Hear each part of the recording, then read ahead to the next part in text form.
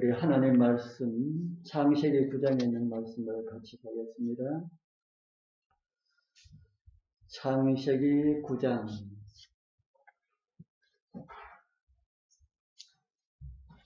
창세기 9장 8절부터 있는 말씀 같이 읽겠습니다. 창세기 9장 8절, 9절, 10절, 11절 8절에서 11절까지 창세기 9장 8절에서 11절까지 우리 같이 읽겠습니다. 우리 가정에서 우리 함께 하신 분들도 우리 찾아서 같이 읽겠습니다. 창세기 9장 8절에서 11절 하나님이 시작. 하나님이 노아와 그와 함께한 아들들에게 말씀하여 이르시되 내가 내 언약을 너희와 너희 후손과 너희와 함께한 모든 생물 곧 너희와 함께한 새와 가축과 땅의 모든 생물에게 세우리니 방주에서 나온 모든 것 곧 땅의 모든 짐승에게니라. 내가 너희와 언약을 세우리니 다시는 모든 생물을 홍수로 멸하지 아니할 것이라. 땅을 멸할 홍수가 다시 있지 아니하리라. 아멘.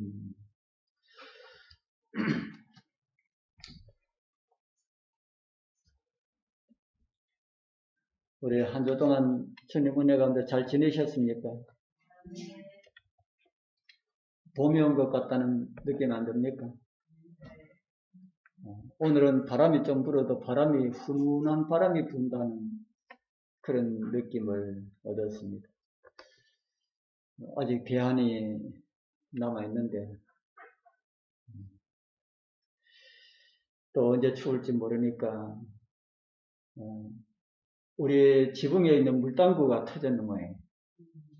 그래서 물이 계속해서 졸졸졸졸졸 계속 나오는데 혹시 수도가 그 위에 올라가는 수도를 거기서 끊어가지고 봤는데 수도의 부위에 또 터졌을 가능성도 아니겠나 해가지고 제가 계량기를 보니까 계량기는 꼼짝 안 하고 있더라고요. 그러니까 수도 터진 건 아니고 그 속에 물방구 속에 있는 물이 다 빠지면은 나오지 않겠다 그렇게 생각하고 거기에 또 사람 불러가지고 올라가는 것보다는 물 빠지도록 기다리는 게 낫겠나 하는 생각을 했습니다.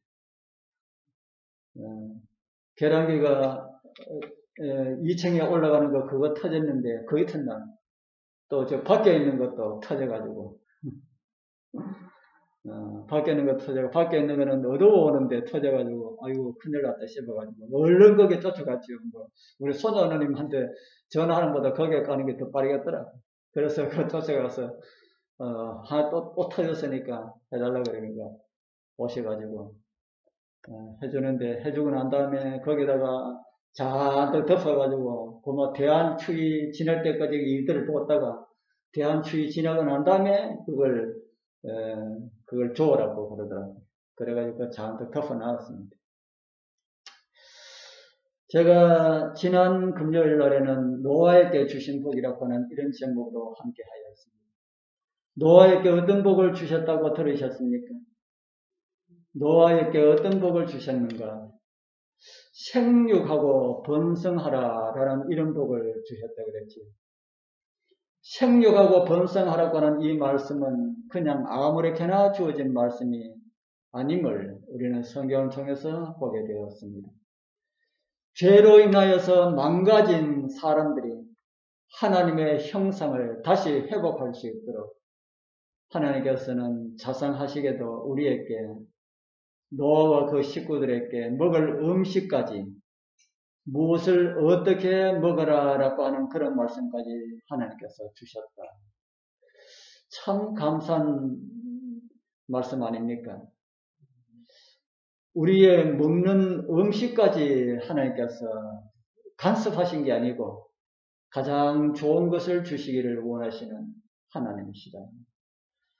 우리가 혹시 아직까지 식욕을 이기지 못한 그런 가운데 있다면 빨리 말씀에 순종할 수 있도록 하나님께서 은혜를 다해 달라고 그런 기도를 우리가 드려야 할 것입니다. 오늘은 하나님께서 노아에게 주신 복, 그 다음에 하나님께서 주신 은혜를 우리 함께 또 살펴보려 합니다.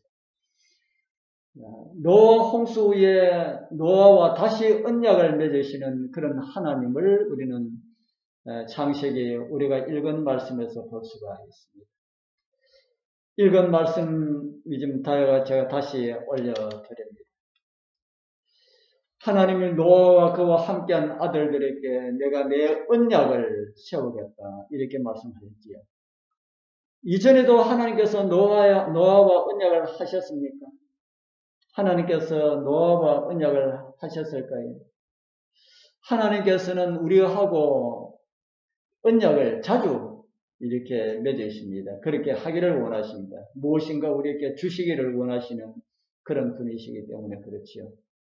창세기 6장 18절에 보면은 방주에 들어가기 전에 그러나 너와는 내가 내 언약을 세우리니 이렇게 말씀하셨습니다.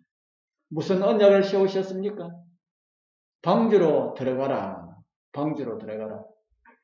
이게 하나님의 언약입니다. 방주에 들어가면은 어떻게 하시겠다는 말씀입니까? 방주에 들어가면은 내가 모든 것을 책임지겠다. 이런 말씀이지요. 이 말씀을 들은 노아는 어떻게 하였다고 성경은 말합니까?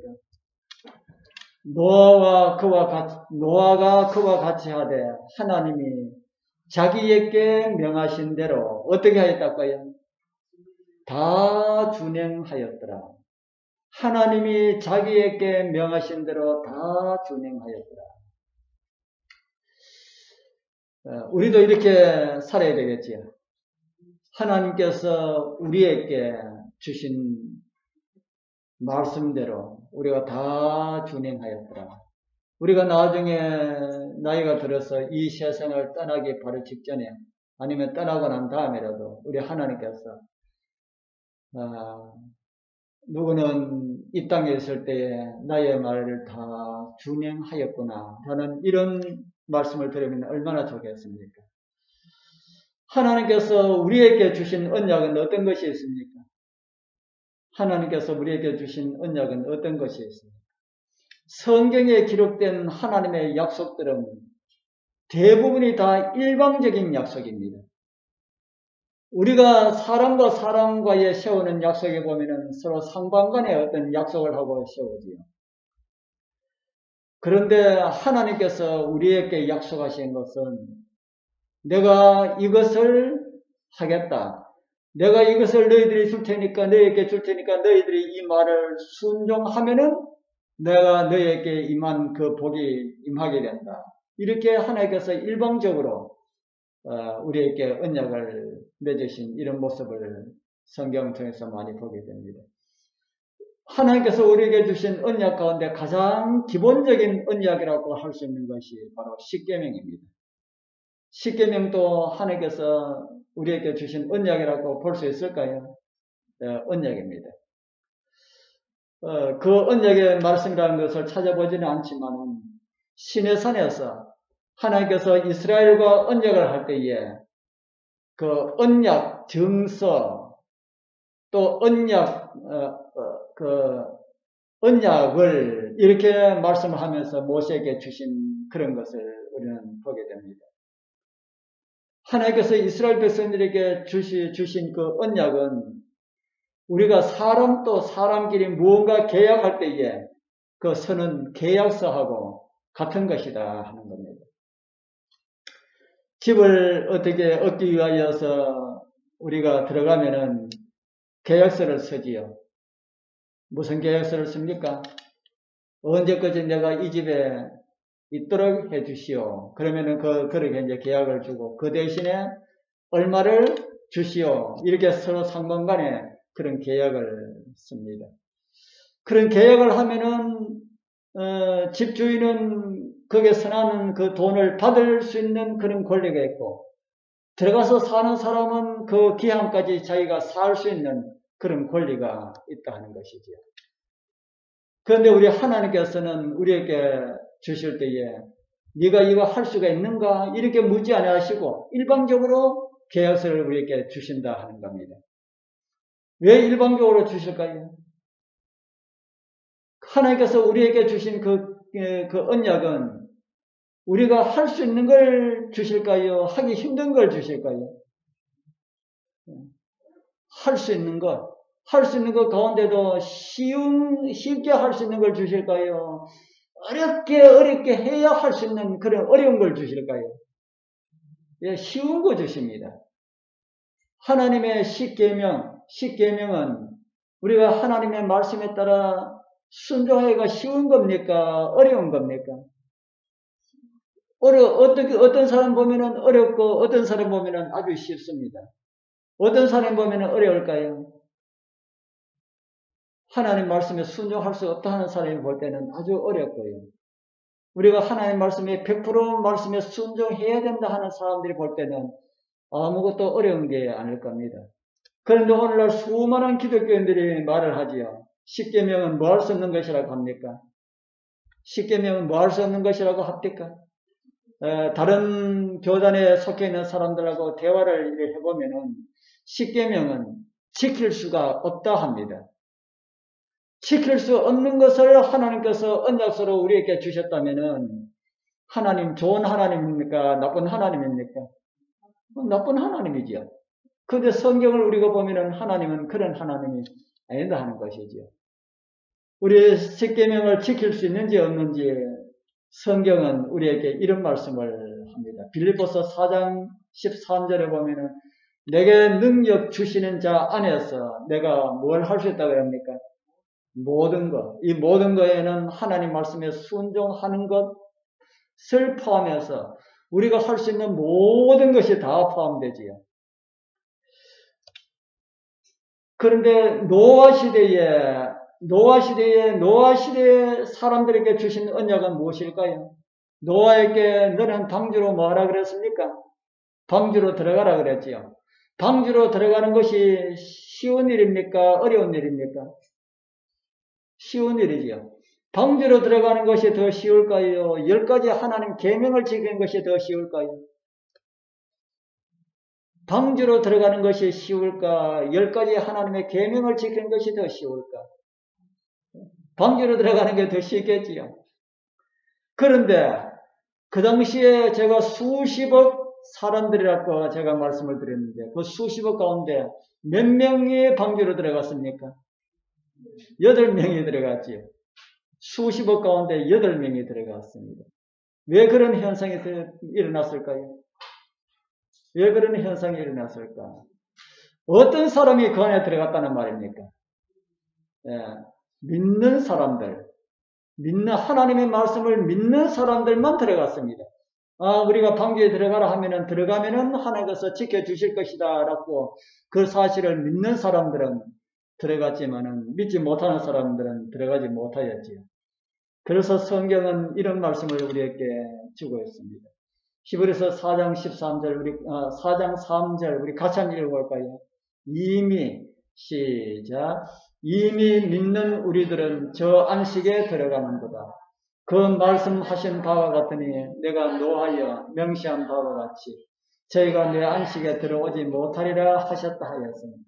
세상을 창조할 때부터 그 일이 이루어집니다. 이미 믿는 우리는 어디에 들어간다 합니까? 저 안식에 들어간다. 저 안식이 무슨 안식일까요?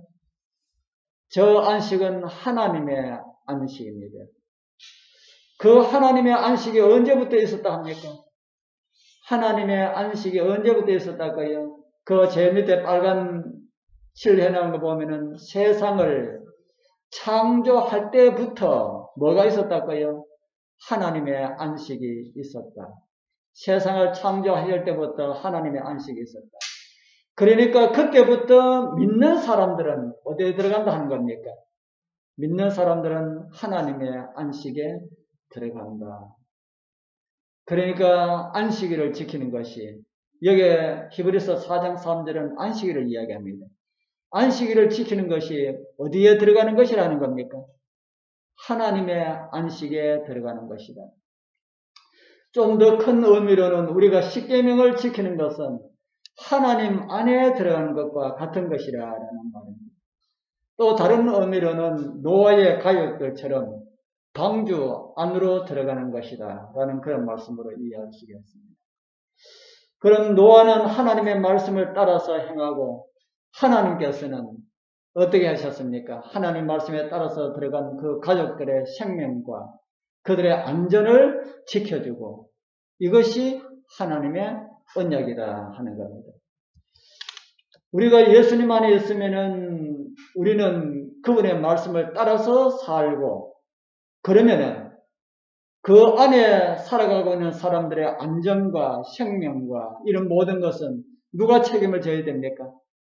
하나님께서 책임지겠다라고 하는 것이 그것이 언약이다 하는 것이죠. 그런 하나님 온전한 믿음으로 신뢰하면서 살아가게 되길 바랍니다. 말씀에 순종하고 난 다음에는 하나님께서 책임지신다. 이런 것을 보여주셨습니까? 노아를 통해서 보여주셨지요. 우리 성도님들, 우리도 순종 후의 결과는 온전히 하나님께 맡기시는 그런 은혜가 우리 모두와 함께하기를 축복합니다. 코로나 위기 때 교회에 나오시는 것도 그렇게 이해를 했으면 좋겠습니다. 말씀에 순종하다가 코로나에 걸리면 어떻게 될까요? 그런 일이 절대로 없어야 되는데, 그런데 하나님 말씀에 순종해서 교회에 나왔는데, 안 나온 사람이 괜찮은데 교회에 나온 사람이 걸렸다. 그것도 은혜라고 할 수 있을까요? 그 당시는 은혜가 아닌 것처럼 보일지 몰라도 나중에 하늘에 가보면은 그런 일까지 은혜로 역사하셨다는 그런 사실들을 우리는 알게 될 것입니다. 우리는 우리를 인도하시는 하나님의 섭리를 우리는 다 알지 못하지. 그러나 분명한 것 한 가지는 내가 알고 이해하고 있는 것보다 하나님께서는 더 나은 방법들을 알고 계신다 하는 것이죠. 그 하나님을 온전히 신뢰하는 그런 은혜가 우리 모두와 함께하길 소원합니다. 노아에게 주신 언약은 바로 그런 언약이었다.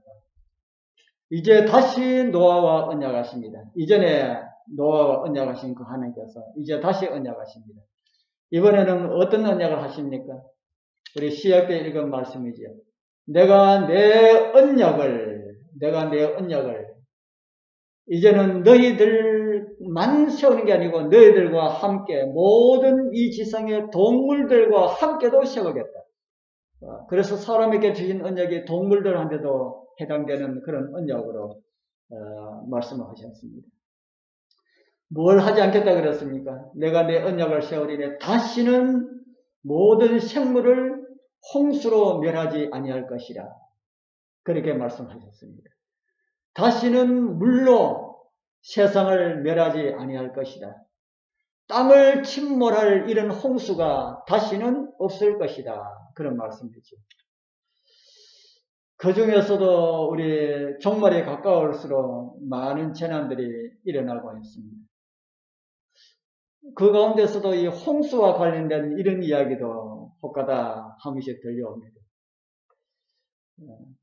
그러나 분명한 것은 세상을 멸할 무엇은 없을 것이다.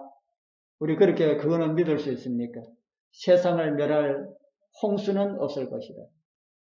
유럽에 홍수가 나서 어떻게 됐고, 작년에는 우리나라도 홍수가 아주 엄청나게 많이 일어났지. 이런 홍수가, 큰 홍수 이야기가 많이 들려도 세상을 멸할 그런 홍수는 없을 것이다. 이유가 뭡니까? 누가 약속하셨기 때문에요? 하나님께서 약속하셨기 때문에. 그런데 그 홍수는 물의 홍수만을 이야기하는 것은 아닐 것입니다. 노아 시대에 무슨 홍수로 세상이 멸망되었습니까? 물의 홍수는 결과고요. 물의 홍수 있기 전에 무슨 홍수가 세상을 뒤덮었습니까? 예, 창세기 6장 5절에서 그런 말씀을 하고 있습니다. 여호와께서 사람의 죄악이 세상에 어떠하다 그럽니까? 세상에 관영함과 죄악의 홍수가 일어났다는 겁니다. 죄악이 세상에 관영함과라는 이 말씀은 온 세상에 죄악으로 다 덮었다. 죄악의 홍수가 일어났다라는 그런 말씀으로 이해할 수가 있습니다.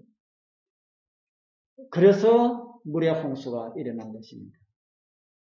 저는 창세기 9장 8절에서 11절에는 이 말씀을 준비를 하면서 다시는 그처럼 세상에 죄악이 가득한 그런 홍수가 있도록 하나님께서 하지 아니하실 것이다 라는 말씀으로 저는 이 말씀을 그렇게 이해하게 되었습니다. 한 번이면은 족하다 하는 것이죠. 한 번이면. 그래서 물의 홍수가 일어날 때마다 하나님께서는 뭘 하나 주셨지요. 무엇을 보고 세상을 멸할 홍수가 없을 것이라고 믿으라고 하셨습니까? 예, 무지개. 내가 나와 너희와 및 너희와 함께하는 모든 생물 사이에 영세까지 세우는 언약의 증거가 이것이니 내가 내 무지개를 구름 속에 두었다. 그래서 무지개가 나타날 때마다 무엇을 기억하라고 하셨습니까?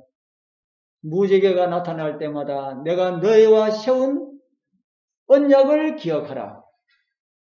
무지개를 보고 너희를 홍수로 멸하지 않겠다고 한 나의 약속을 기억하라. 이런 말씀이지요. 신앙을 하신 분들은 다 비가 많이 올 때에 무지개 속에, 구름 속에 있는 무지개를 보면 무엇이 생각날까요? 하나님께서 노아와 세우신 그 언약. 여러분들 무지개 볼 때에 그 노아와, 저것은 하나님께서 노아와 세운 언약의 증표다. 이렇게 생각을 해보셨습니까? 혹시 안 하신 분이 있다면 앞으로 무지개가 떠올 때 한번 생각해 보십시오. 그러면 은혜가 다릅니다. 이 세상에 처음으로 무지개가 나타났을 때에 물에 대한 얼마나 많은 공포가 하나님을 믿는 믿음이 있었지만은 얼마나 많은 공포가 그래도 있었을까요? 그런데 무지개가 다 나타나면 하나님께서 다시는 물로 세상을 멸하지 아니하실 것이라고 하나님께서 약속하셨다. 하나님의 약속을 믿게 되는 겁니다. 오늘날처럼 이 죄악이 관영한 이런 시대도 죄악의 잔이 차서 온 세상에 죄악으로 가득 넘치는 것을 보더라도 우리는 무엇을 기억할 수가 있다는 겁니까? 무지개를 생각하는, 태양이 뜰 때는 무지개가 없지만은 무지개를 통하여서 무지개를 생각하면서 하나님께서 죄악이 세상에 관영함으로 그것으로 세상에 멸하도록 하지는 않을 것이다. 그렇게 우리는 믿을 수 있다는 것이죠. 하나님의 보호자를 두른 하나님의 무지개를 우리에게 주셨다. 그 속에 무엇인가 좀 담겨있는 것 같은 생각이 들지 않습니까? 무지개는 어떻게 해서 생기는 것이라고 우리는 알고 있습니까? 무지개는 어떻게 해서 생기는 것일까? 서준이 알아? 무지개가 어떻게 해서 생기는 것인지. 여러분들도 무지개 다 만들 수가 있지요? 무지개 만들 수 있습니까? 없습니까? 안 만들어 보셨어요? 우리는 어릴 때 많이 만들어 봤는데, 물 한 모금 입에 물고 태양을 향해서 하고 부으면은, 그게 작은 물방울이 쫙 퍼지면서 무지개가 쫙 나타납니다. 안 해보셨으면은, 지금도, 낮에 해보시면은 모르겠습니다. 겨울에도, 그렇게 나타날지는 모르지만, 그렇게 나타나는 것을 우리는 참 해보았습니다. 뭐하고가 합해지면 무지개가 생긴다는 말입니까? 뭐하고요? 물하고 햇빛하고. 물하고 햇빛하고는 상징하는 것이 많이 있지요. 특별히 홍수 시대의 물은 무엇을 상징하는 것입니까? 우리 신약 시대의 물은 우리 성령을 상징하고 이렇게 하지만은 홍수 시대의 물은 무엇을 상징하는 것이었습니까? 홍수 시대의 물은 심판을 상징하는 것이지요. 심판.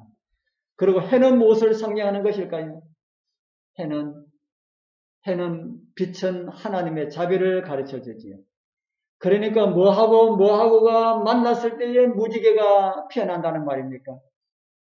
하나님의 자비와 또 다른 거 하나는 뭡니까? 심판. 하나님의 자비와 심판이 만났을 때 그것이 무지개가 피어난다. 그런데 오늘 시편 85편은 이렇게 우리에게 가르쳐 말씀을 하고 있습니다. 참 귀한 말씀입니다. 우리 같이 한번 읽어보겠습니다. 긍휼과 시작. 긍휼과 진리가 같이 만나고 의와 화평이 서로 입맞추었으며 진리는 땅에서 솟아나고 의는 하늘에서 하강하였도다. 이 말씀이 무슨 말씀일까? 긍휼은 하나님의 자비이고요. 진리는 하나님의 공의입니다. 공의. 의는 심판의 기준이고 화평은 하나님의 은혜입니다. 그리고 뒤에 말씀하신 의는 예수님이시고 진리는 하나님의 법입니다. 이것이 어디서 만났다는 겁니까? 이것이 무지개에서 만났다는 것이죠. 긍휼과 진리가 함께 만나고 하나님의 자비와 하나님의 공의, 법대로 하는 공의가 함께 만나고 하나님의 심판과 하나님의 은혜가 함께 만나고 예수님과 법의 진노가 함께 만나고 무슨 이야기 하는 것처럼 들립니까? 제가 지금 말씀드린 게 무슨 이야기 하는 것처럼 들립니까? 긍휼과 하나님의 자비가 다시 함께 만나고 긍휼과 하나님의 공의가 함께 만나고 심판과 은혜가 같이 만나고 하나님께서 2000년 전에 또 다른 무지개 하나를 만들어 주셨습니다. 바로 갈보리 동산의 그 진리와 의가 입맞추는 또 하나의 무지개를 세우셨다는 것이죠. 바로 십자가입니다. 십자가는 하나님의 사랑과 하나님의 심판이 동시에 만난 것입니다. 온 인류의 죄를 대신해서 예수님께서 심판을 받으신 흔적이 십자가다 하는 겁니다. 성경에 또 이런 말씀이 있습니다. 로마서 1장에 보면은 하나님의 진노가 불의로 진리를 먹는 사람들의 모든 경건치 않음과 불의에 대하여 하늘로 쫓아 나타났다. 하나님의 진노가 나타났다. 하나님의 진노의 불 앞에 설 수 있는 사람이 있습니까? 하나님의 진노가, 이것이 하나님의 진노가 누구에게 나타났다 그럽니까? 하나님의 진노가 불의로 어렵지 못한 행동으로 진리를 막는 사람들에게 나타났다. 불의는 무엇일까요? 불의. 의는 무엇이라 했습니까? 의는 예수님이시고 불의는 예수님을 거절한 모든 사람들을 가리키는 그런 말이지요. 그런데 하나님의 진노가 누구에게 나타날 것이라 했습니까? 예수 그리스도를 거절한 백성들에게 나타날 것이다. 홍수시대 하나님의 진노는 무엇을 통해 나타났습니까? 홍수시대 하나님의 진노는 홍수를 통하여서 나타났습니다. 다시는 땅을 쓸어버릴 홍수가 없을 것이라고 하시고 무지개를 주셨던 하나님께서 말세에는 무지개 대신에 십자가를 세우셨다. 마지막 구원받아야 할 죄인들을 위하여서 홍수로 다 멸망시키는 것 대신에 뭘 세우셨다고요? 홍수 때는 이 세상에 진리를 먹고 불의를 따라 살아가는 모든 사람들에게 하나님의 진노가 다 이렇게 쏟아부어졌는데 마지막 때는 이 세상에 있는 모든 사람들, 불의를 행하는 그 모든 사람들 대신하여 모든 사람들에게 주어질 그 하나님의 진노가 어디에 내려졌다까요? 십자가에 집중적으로 십자가에 하나님의 진노가 쏟아졌습니다.